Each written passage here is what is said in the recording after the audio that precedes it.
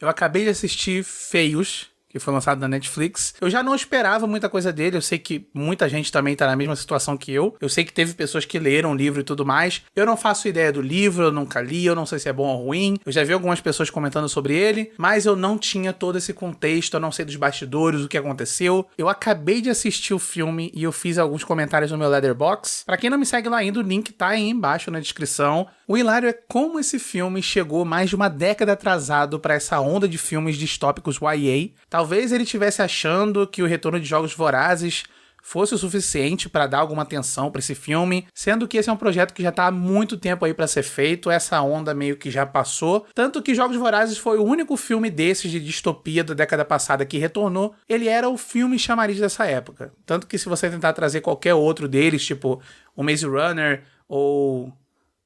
qual o nome daquele outro? Divergente? Divergente. Se você tentar trazer Divergente também, a mesma coisa vai acontecer. Você não vai ter o mesmo impacto que Jogos Vorazes têm. Eu nem me dei muito ao trabalho de pesquisar os bastidores desse filme.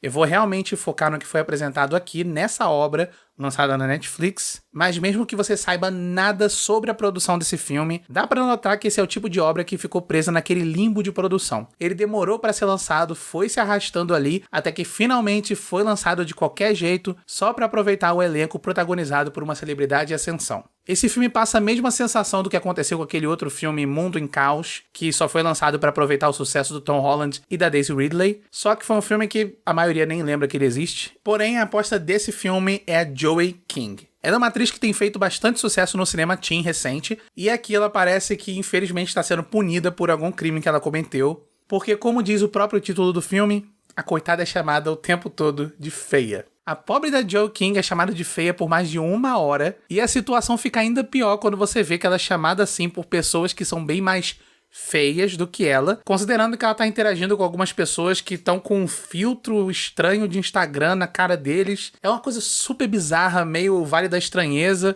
muito feio. E o feio que eu tô dizendo não é o feio que o filme tenta estabelecer. O filme tem um papo meio torto ali, uma coisa meio eugênica de você ter uma simetria corporal e tudo mais. Eu sei que o filme tenta tratar isso de uma forma crítica, porém, o jeito que ele faz não é dos melhores. E a gente tem aqui a nossa feiurinha tendo que interagir com um bando de personagens sem qualquer distinção, além de traços básicos que transformam eles só naquele arquétipo batido de filme do gênero. Então você tem o coadjuvante gostosão que é sensato e tem uma cena sem camisa enquanto ele tá nadando e é observado pela protagonista. Protagonista é essa que tem uma amiga que é super radical, entende do mundo, mas tem uma sexualidade ambígua que nunca é explorada. Ou também um coadjuvante cabeça quente que ninguém consegue lembrar o nome, ele só tá lá pra atrapalhar, ele não move a trama, ele só é chato. Não tem nada de interessante.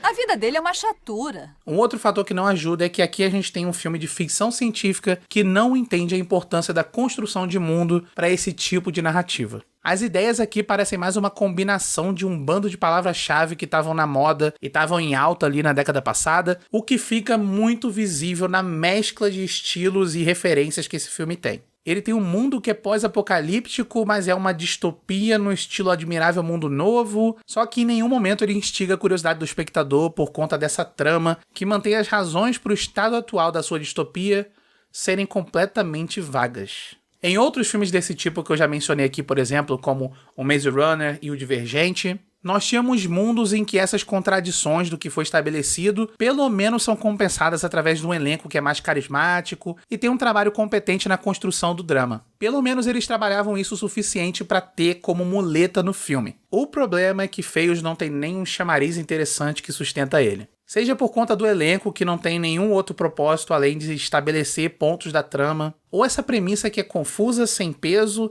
e não tem as consequências claras. E o mais triste aqui é que até o filme Mundo em Caos, que eu usei aqui como referência de como não fazer uma distopia, ele tem pelo menos uma base dos efeitos e dos resultados das ações dos seus personagens. O que obviamente não isenta o filme de ser uma bagunça no final. Essa confusão que eu mencionei está muito mais ligada a uma apresentação preguiçosa dos elementos do filme. E eles nem conseguem trabalhar direito o que é clichê e batido numa narrativa distópica como essa. Você tem, por exemplo, ali aquele governo opressor, a resistência dos rebeldes que tem algum nome bobo, ou aquelas viradas do enredo com várias traições que aqui nunca são trabalhados. As intenções do sistema totalitário em Feios nunca são reveladas de verdade. Mas esse sistema tem a sua personificação representada em apenas uma antagonista, aqui interpretada pela Laverne Cox. E num filme que debate muito padronização da beleza dentro de um ambiente distópico, talvez colocar como antagonista a única atriz trans do elenco seja um pouco problemático.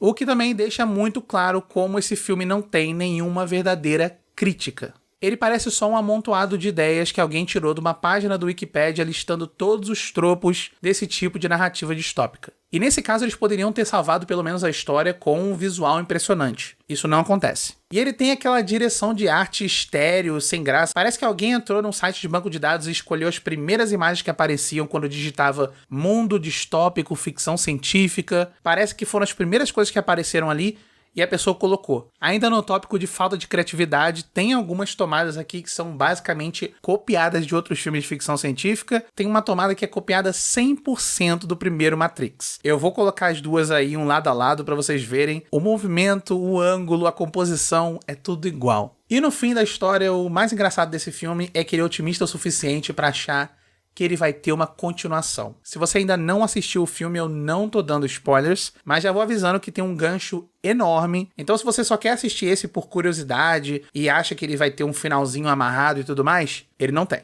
Eu mencionei que seria engraçado se ele tivesse uma continuação. No entanto, vindo da Netflix e a necessidade deles de apenas encher o catálogo, talvez seja um indício de que a gente pode ver os Feiosos retornando. Feios é um filme que não surpreende ninguém na sua irregularidade, na sua confusão da trama. Ele não apresenta nada de novo, nem como ficção científica, nem como filme de forma geral, mas agora pelo menos a gente descobriu qual é o equivalente de um filme a uma harmonização facial.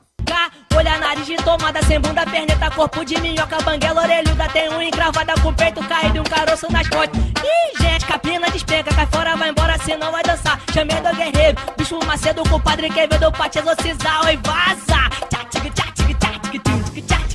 Fede mais que um urubu canhão, vou falar bem curto e grosso contigo, hein. Já falei pra vazar, coisa igual nunca se viu, oi, vai pra puxa, tu é feia.